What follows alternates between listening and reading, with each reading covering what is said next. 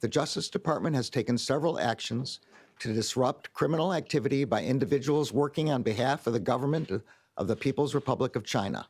The government of China sought to interfere with the rights and freedoms of individuals in the United States and to undermine our judicial system that protects those rights. Well, no kidding. Why did you cancel the China initiative? That was Attorney General Merrick Garland announcing charges against 13 Chinese nationals for surveillance of American citizens, including 2 Chinese intelligence officers who allegedly tried to obstruct a probe into Huawei technologies. Joining me right now is Utah Congressman and member of the House Intelligence Committee, Chris Stewart. Congressman, thanks very much for being here. What is your reaction to what the DOJ did yesterday in these arrests?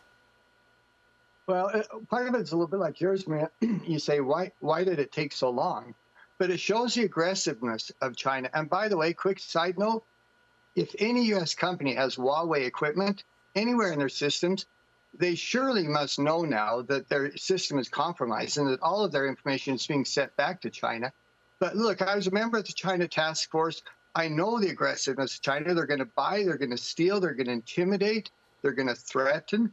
There was other charges that were talked about yesterday where an American citizen had been threatened to go. They were trying to force him to go back to China. They were certainly threatening his family and his friends.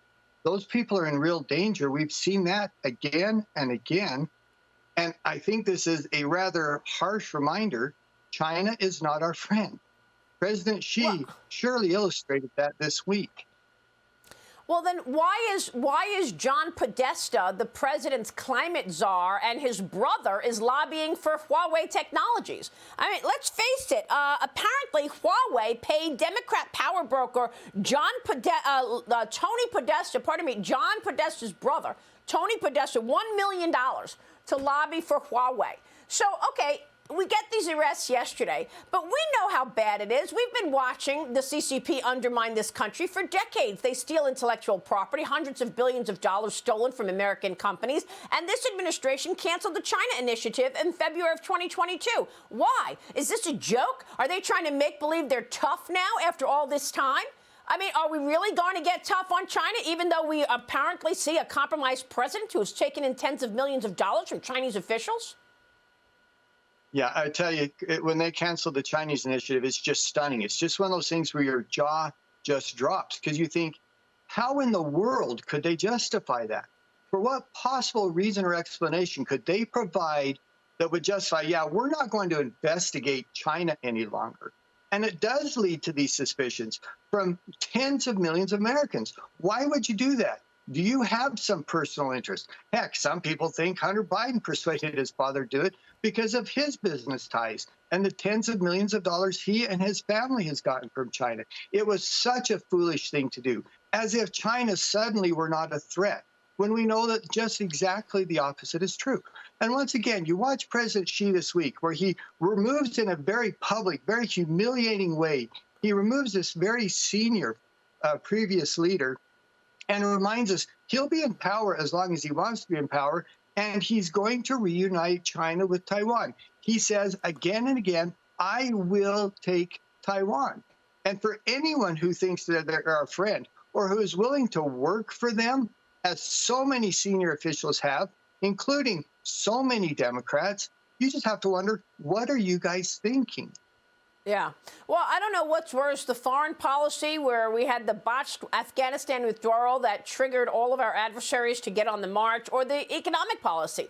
Ahead of the midterms, President Biden is talking about inflation now, but he claims if the Republicans win, then you and your colleagues will make things worse. Here's what he said yesterday. Watch this. That's the whole MAGA trickle-down policies. Give Big Pharma the power to increase drug prices. Cut taxes for the wealthy, but cut Social Security, cut Social Security. Everything they'll do is going to make inflation worse. Folks, 15 days. 15 days. The choice couldn't be clearer. Yeah, well, that's true. The choice couldn't be clearer. Congressman, your thoughts on what you just heard? Oh, my gosh. Have we ever heard this before? Elect Republicans, and they're going to cut your Social Security. They're going to push your grandma off the cliff. You know, actually, this is a really smart thing for them to do. Because two things are inevitable. we're going to take the House. I think we're going to take the Senate. I think President Biden has accepted that. The second thing that's inevitable is the economy is going to get worse. And he's going to claim then, well, it's because of a Republican House or a Republican Senate. And again, it's actually a good political strategy, but it's gaslighting to the extreme. It's dishonest to the extreme. And they're just hoping the American people are foolish enough to accept it. I don't think they are. I think they're going to prove that in November when they say, no, we don't trust you on the economy anymore. And by the way, just as you said, we don't trust you on foreign affairs anymore. We don't want to be mocked around the world, as you indicated in a previous segment. We're going to reject that. The American people are going to reject this leadership as it should be rejected. So what's your plan then, Congressman? I mean, I think at this point, the American people have had enough incompetence at this point, since everything we buy is much more expensive. A dozen eggs is up 30% year over year. Meat, fish up 20% year over year. How are you going to rein this in? How long is it going to take to reverse the outcomes of this bad policy? Well, it took $10 trillion in a couple of years to implement this horrible policy. It's going to take a little time for that money to work through the economy. If you ask what we're going to do, the answer is actually pretty simple. We're going to put the brakes on this outrageous spending. No more trillion-dollar packages. No more trillion-dollar student loan forgiveness. No more trillion-dollar, COVID relief funds. But it's going to take a little bit of time. And let me remind you, and I know you know this, Maria, but look, if you drive around Washington, D.C. in a limo every morning, you don't care what the price of gas is. You don't care what the price of milk is. But for the rest of us Americans, for young people, for young families, for people who have work or are on a fixed income, they know what the price of milk is. They see it every single time they go to the grocery store. And again, we've got to remind the Democrats in power, we are hurt by this. We demand a change.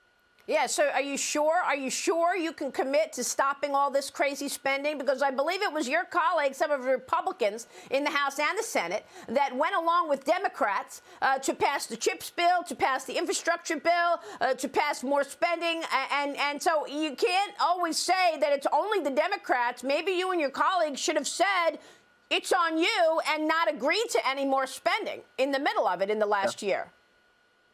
Look, I think that's a fair point. We did have some Republicans who supported this additional spending. I got to tell you, they did so over the opposition of people like myself and, frankly, more than 180 others. But there were some of them who did. I think hopefully they've learned their lesson. And if they haven't, we're going to bring other Republicans in who have learned that lesson now. Congressman, it's great to have you this morning. Thanks very much. We're going to be watching the midterms now. Countdown mode, 2 weeks away. Thank you, sir. Chris Stewart joining us this morning.